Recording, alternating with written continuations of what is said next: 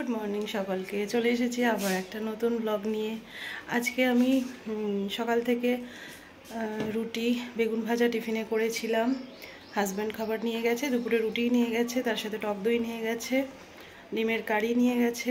তো ওর অফিসে হয়ে যাবে, আমাদের দুপুরের রান্না তৈরি হবে। আর এখন ওই প্লাস্টিকওয়ালা এসছে, 10 টাকা করে অনেক কিছু সুন্দর সুন্দর জিনিস বিক্রি করছে। তো এখন আমি যাচ্ছি ঘরের কিছু জিনিস আমার ওখান থেকে নেব বলে।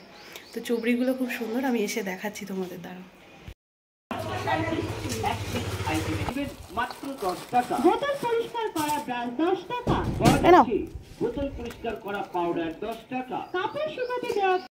তো দেখো এই 10 টাকা দিয়ে, মানে 10 টাকা করে জিনিসগুলোর দাম। আমি কত কিছু জিনিস নিয়েছি দেখো, প্রায় 200 টাকার মতো আমি জিনিস নিয়েই ফেললাম। তো এগুলো দেখো ননস্টিকের সমস্ত বাসন মাজার জন্য। এটা একটা, আর একটা বাসন মাজার। আচ্ছা, এগুলো বললো জলের বোতল নাকি খুব ভালো পরিষ্কার হয়, তো এরকম দুটো নিয়ে রাখলাম। মুনিয়ার ডান্সের জন্য সেফটি পিন লাগে, ওগুলো শেষ হয়ে গেছে, তো দুটো আরও নিয়ে রাখলাম। এই একটা চুবড়ি, একটা চুবড়ি, একটা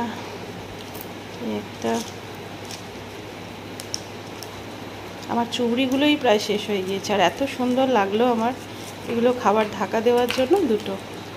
আর এই দুটো হ্যাঙ্গার ওদের স্কুল ড্রেসগুলো এসে টাঙানোর জন্য।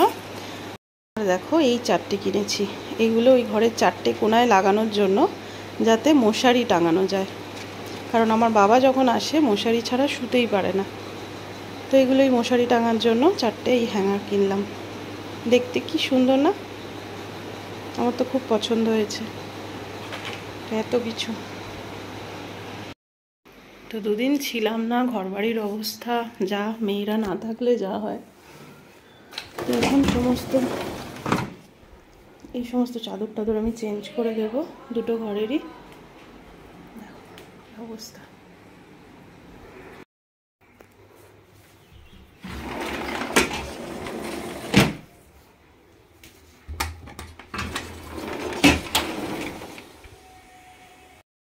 কালকে স্পেন্সার্স থেকে এই যে মেয়ে বায়না করে স্মাইলি কিনে এনেছে, পটেটো নাগেটস। আর এই যে গরম পড়ে গেছে যেহেতু, আমার এই ঘরে পাতা টক দই।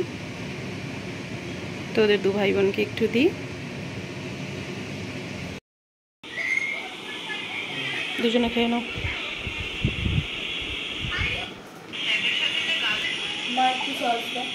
হ্যাঁ দিচ্ছি, রাখ, আমি নিয়ে আসছি। এই যে আমার ঘর পরিষ্কার হয়ে গেছে একটা। আর এই যে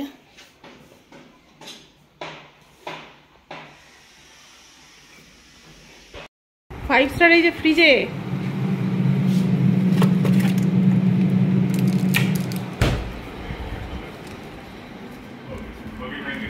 এই যে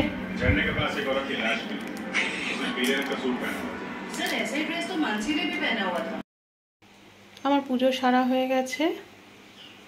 দেখো অনেক দিন পর, মানে বোনের বাড়ি ছিলাম, ঠাকুরটা পুজো করলে একটু মনটা শান্তি লাগে। পুজো হয়ে গেছে, এবার লাঞ্চ করে নেব। তো ভাত আর এই একটা করে স্মাইলি ভাজা, আর এখানে আছে ডাল, বেগুন ভাজা আর টক দই। আমার বাড়ি থেকে আবার দুদিন পর লালটু সাবধানে যাস ভাই, যা সাবধানে যা, গিয়ে ফোন করে দিস। টাটা।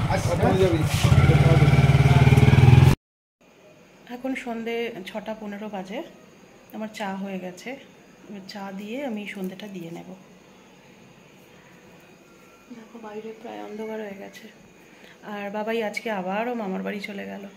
ওর যদি স্কুল ছুটি থাকে, তো এই যে এক্সাম শেষ হয়ে গেছে, মানে এখন একদমই পড়াশোনা নেই, তো ওর যদি ছুটি থাকে, ওকে ভগবানও পারবে না যে বাড়িতে রাখতে। ও ছোট থেকে ওই দাদু দিদার কাছে, মানে দাদু দিদা অন্তর প্রাণ, মামার বাড়ি অন্তর প্রাণ। ওখানে ওর সব, আমার সব কাকাদের ছোট ছোট ছেলেরা রয়েছে, আমার ভাইরা রয়েছে, ওর বন্ধু হয়। তো একদম এখান থেকে ও মানে পালিয়ে যেতে পারলে ও বাঁচে, তো আবার আজকে চলে গেছে। এই যে আমার চা রেডি, ও অফিস থেকে ফিরেছে, ওকে এবার চা দিয়ে আমি সন্ধ্যেটা দিয়ে নেব।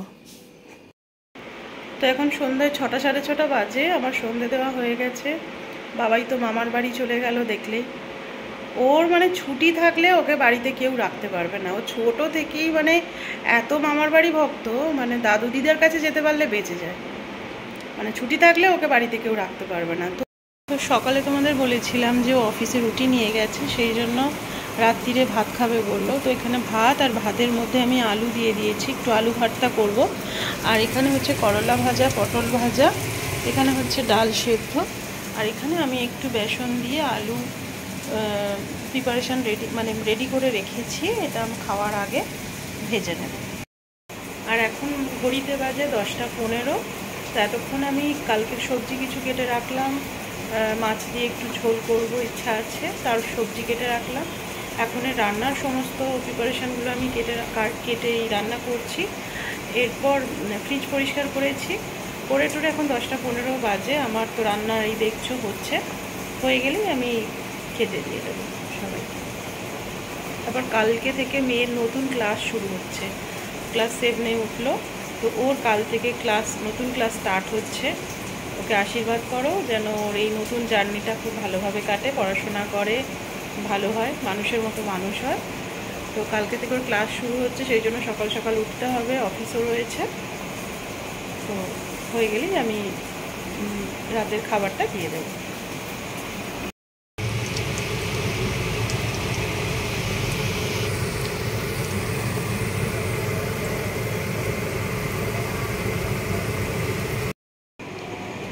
এই যে ভাজা আমার রেডি হয়ে গেছে, এবারে আমি সবাইকে খেতে দিয়ে দেবো।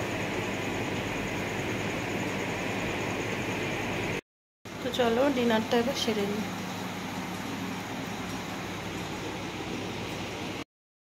আমাদের রাতের খাওয়া হয়ে গেছে, আমার সমস্ত রান্নাঘর পরিষ্কার হয়ে গেছে, আমি নিজেও ফ্রেশ হয়ে গেছি, কারণ প্রচণ্ড গরম পড়েছে, ওই এক জামা কাপড় পরে থাকতে পারি না।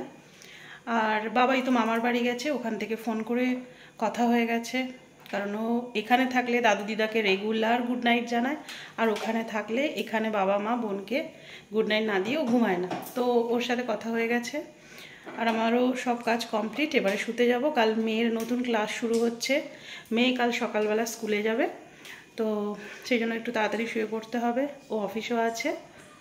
তো আজকে ব্লগটা এই পর্যন্তই রাখলাম। তো আমার ব্লগটা দেখতে যদি তোমাদের ভালো লেগে থাকে তাহলে প্লিজ লাইক করো, শেয়ার করো, কমেন্ট করো, আর অবশ্যই নোটিফিকেশান পাওয়ার জন্য বেল আইকনটা প্রেস করে দিও। তো আজকের মতো এই পর্যন্তই রাখছি ব্লগটা, আবার একটা নতুন ব্লগ নিয়ে তোমাদের কাছে হাজির হব। খুব ভালো থেকো, সুস্থ থেকো, আনন্দে থেকো। Good night, tata.